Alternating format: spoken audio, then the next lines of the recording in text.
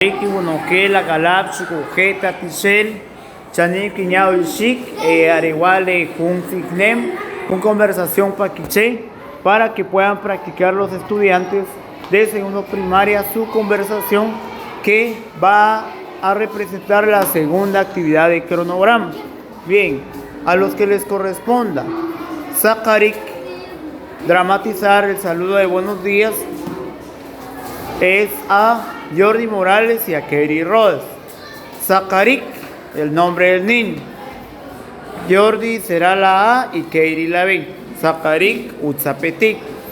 La Utzawach, Utzmaltiosh, Kobishanik, Utzbarik. Y van a cantar la canción de la vaca Lola en quiché. Se adjuntará el link. Riwakash Lola, Riwakash Lola. Ko ulom tsuge uge kubanmu. Bien, la siguiente pareja está compuesta por Fernando Morales, quien va a representar la A, y Ali Reyes será la B. Lo que cambia acá es solo el saludo, que es Sheikh, Sheikh, Utzapetik, la Utzawach, Utzmaltiosh, Kokpishonik, Utzbari. Luego la A y la B cantan la canción de la vaca Lola también. Riwakash Lola, Riwakash Lola, Ko Ugolon su uge uge kubanmu. Muy bien. Luego tenemos a la tercera pareja, que está compuesta por Betsa Duarte y Benjamín Coro.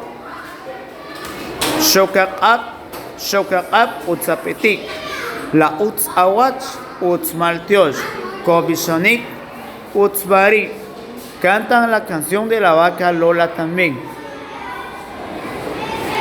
Muy bien, y tenemos también la cuarta pareja, que está compuesta por Cristian Shula con Camila Doranita Vela Jiménez. Shokak Up, la misma pronunciación. Recuerde que solo debe ensayar las frases de la A y las frases de la B a quien le corresponda. Únicamente sería eso. Recuerden que deben de traer su indumentaria maya. De nada.